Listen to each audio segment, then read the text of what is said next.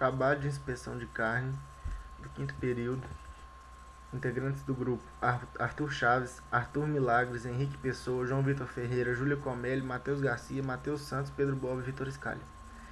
Nosso trabalho consiste na apresentação das PACs 5, 7 e 9. A PAC, que significa Programas de Autocontrole. PAC 5. Água de abastecimento.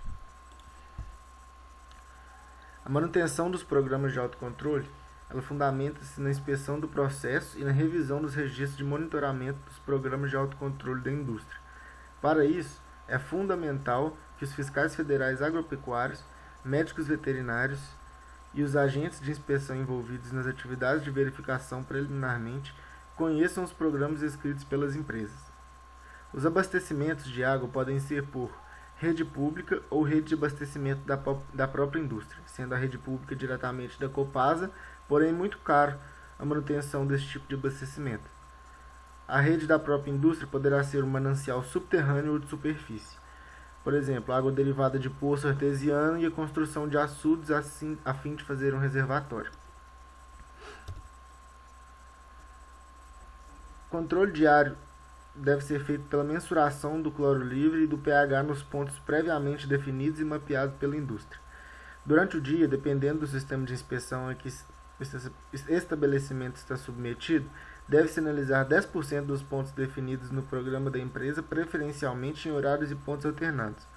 A empresa deverá mensurar 100% dos pontos definidos no programa, que serão cotejados com a amostra realizada pela Inspeção Federal. O controle periódico é mais completo. Visa identificar falhas no sistema de abastecimento de água. O monitoramento de qualidade deve ser ajustado em função da fonte de suprimento. Quando a fonte de suprimento for a rede pública, identificar eventuais falhas que possam propiciar a contaminação da água nos sistemas de armazenamento e distribuição. Eventualmente pode ser necessária uma recloração quando forem constatados níveis de cloro residual livre abaixo das normas vigentes.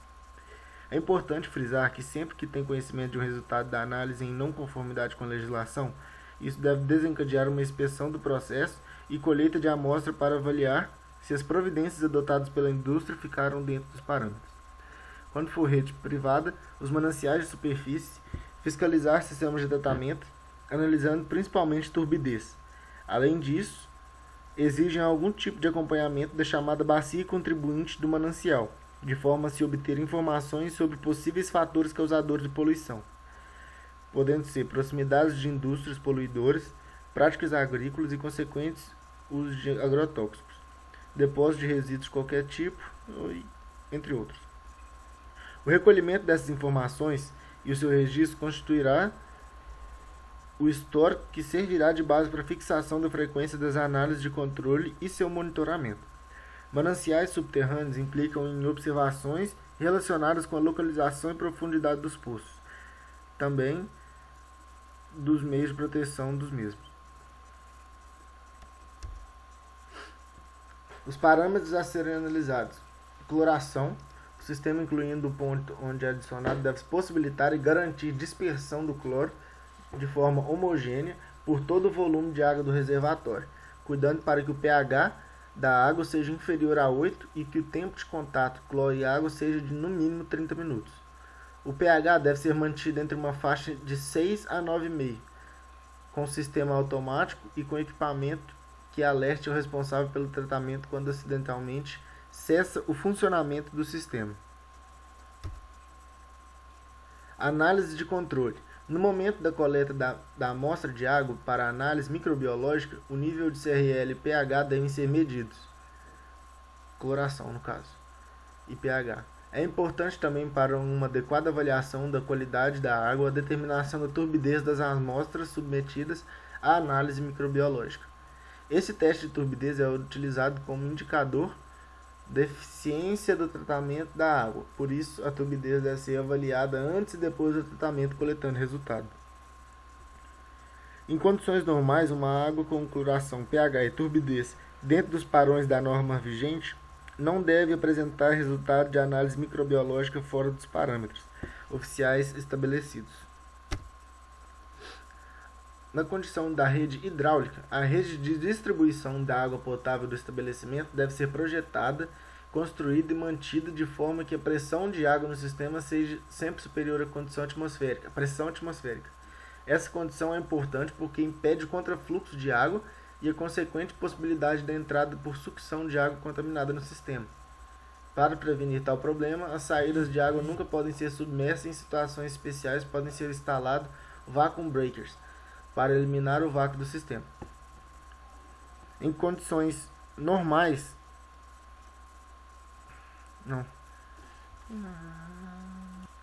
a rede de distribuição da água deve estar livre de pontos ou trechos de tubulação onde a água não circula livremente.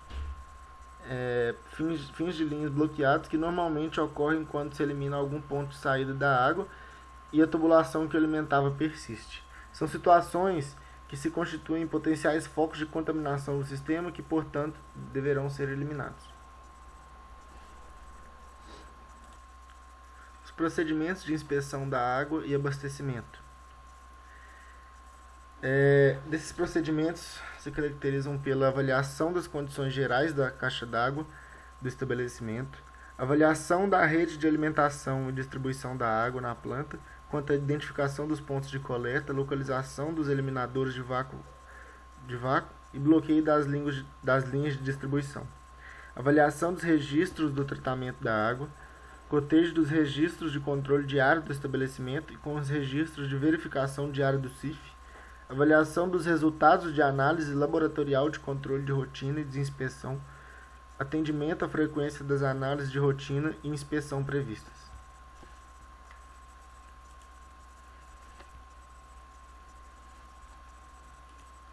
Quanto à frequência de verificação, a verificação no local deverá ser verificação diária do pH e cloro livre em pontos da rede de distribuição no interior da indústria, verificação mensal do sistema de captação, tratamento, reservatórios e rede de distribuição.